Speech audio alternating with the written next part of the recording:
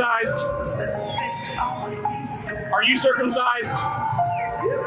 Leviticus says Are you if a man... circumcised? Are you circumcised? You do. I'm trying to answer your My question. Bible says that if you are circumcised, you will go to hell. Your Bible, can you show me? My Bible. Show me. The one in my heart written on the walls of my chest. Well, I can show you. My Bible. Christianity is just too new for me. I'm a pantheist, so that's one of the most ancient world religions. So I'm sorry, but your religion is just too new. Yeah. Well, you know, I'll tell you this though. It's because something is ancient, it doesn't make it true. I mean, I could go back and say, you know, people were cannibalizing each other way back when, so that's a standard. Oh, don't go. Okay. Hey, let me give you your in and out cards real quick. I was almost done. I was giving them the gospel. I gave them the gospel, and then I started to engage with her, and she just took off. If there's anything you learned from that video, it's that the gospel offends. Come on, man. And then you got two girls with them hyping them up. That's the problem with our women right there.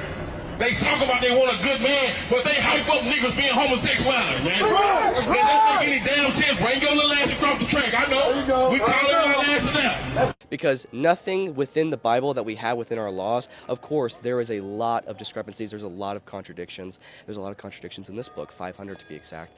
So, 500 contradictions in the Bible. Yes. Can you show me one? Seriously? Yeah, show me one contradiction. We're talking about something else. So basically what we're talking about... If there's 500, can't you show me one? So when we're talking about... So when we're talking about the differences between... When we're talking about the differences between secularism and... There's a...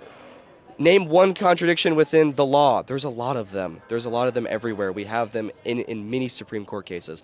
Me personally, I couldn't do apologetics. You might say I don't have enough love and patience for certain people in my heart because let someone say a stupid argument or argue that don't make sense. I'm gonna just say, bro, that was dumb, and they're gonna say, oh, that's not love. You gotta be more patient. I'm like, bro, he literally just said something dumb that could be easily disproven. What you want me to do? Just sit there, wait patiently, and then try to reason with him all night? I can't do that. I'll get too excited to be like, that was a dumb argument, bro. What are you talking about? Nope, wrong. Because some people just be wrong, but they want to like bash Christianity for some reason. And that's me. I think we all need a little bit more Jesus, especially us in the church. We need some more Jesus. The world in general needs Jesus because look where it's becoming nowadays. Hey, yo, if y'all like this type of content, let me know. Like, share, subscribe. All right, let's keep going. If Jesus were here today, he would be a clinic escort, distracting women from the hatred of the protesters. Or an abortion doula, holding women's hands and offering support and love as they end their pregnancies. And I expect he would have a stern word for self-righteous legislators who use abortion as a political issue rather than showing compassion for the people seeking abortions. Are you a Christian church? We are a Christian. You are? So you believe Jesus is the only way? We believe that Jesus is a great way, and we don't believe that Jesus is the only way. So you're not Christian. Are you familiar with the verse 1 Corinthians 6:9? Let's hear what it is. It talks about sins to not fall into. One of them being sexual immorality. And not you.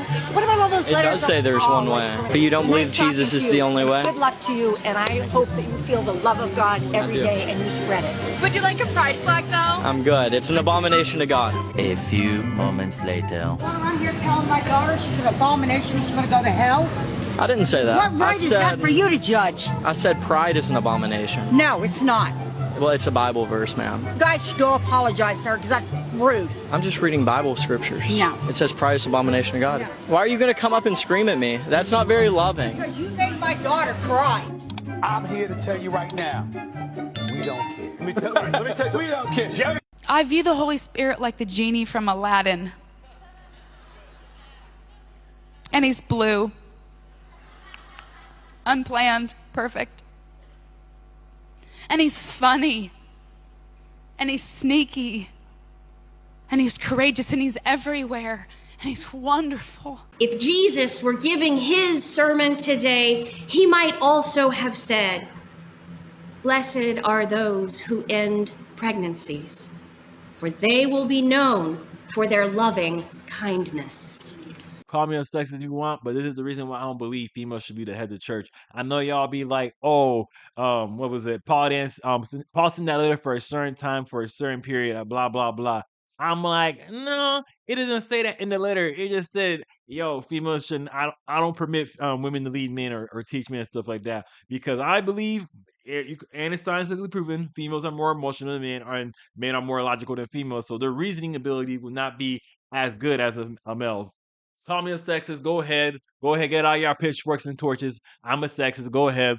And because when you have females lead churches, they start accepting certain behavior that you shouldn't accept. That's why the alphabet game is coming in after these females because the females like led churches or stuff like that will have a high percentage of the alphabet game. I'm gonna put money on that. And then these alphabet people just start bringing in their whole love is love stuff. Love isn't love. Sometimes that love is just lust. And I want to say don't judge. And I'm like, yo, read the rest of that Matthew chapter 7. Read the whole thing. Don't just stop right there. That's what I'm gonna say. Non-binary, white. I'm 34. I'm very confused on if I'm an adult or young adult, and a person living with disability. I think I agree with her. So Them, Bishop. if you will pull out. My pronouns are they, them. I think I forgot to state that when I introduced myself. I apologize. Okay.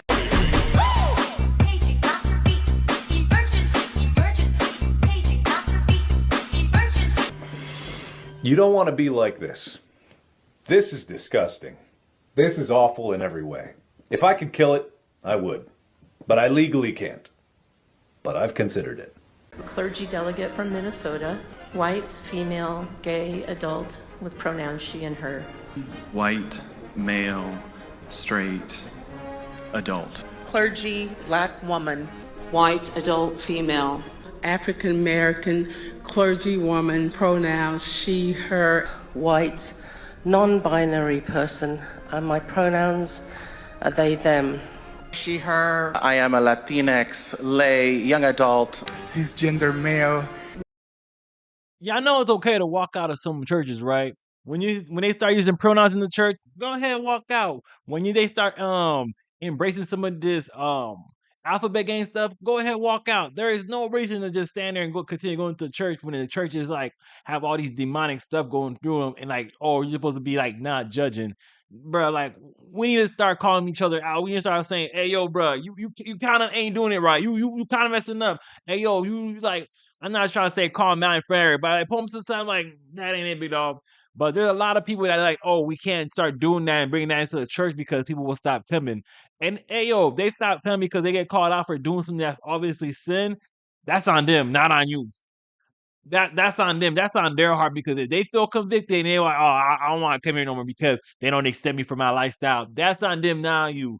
Hey, yo, we need to start calling them out, bro. Like, hey, yo, why Alphabet Gang preaching to us? They shouldn't be preachers in the Alphabet Gang. We should be like, hey, yo, nah, big dog, nah, like that's not your job. That's not your job. But no, it's don't judge. It's accept everybody. No, we shouldn't accept everybody. We should accept everybody, but we shouldn't accept every action because some actions are just sin. I'm just saying. But let's continue. I'm gonna try to end it off on like a more happier, more comedic stuff. But let's go. Praise his name, praise his name. When no one is around you, say, Jesus, I love you if you are not ashamed. Praise his name, praise his name. Since you came and saved me, only by his grace, see, I am not the same. Praise his name, praise his name. When no one is around you, say, Jesus, I love you if you're not playing games. Praise his name, praise his name. Only by his mercy, he's breaking my chains free, and I praise his name.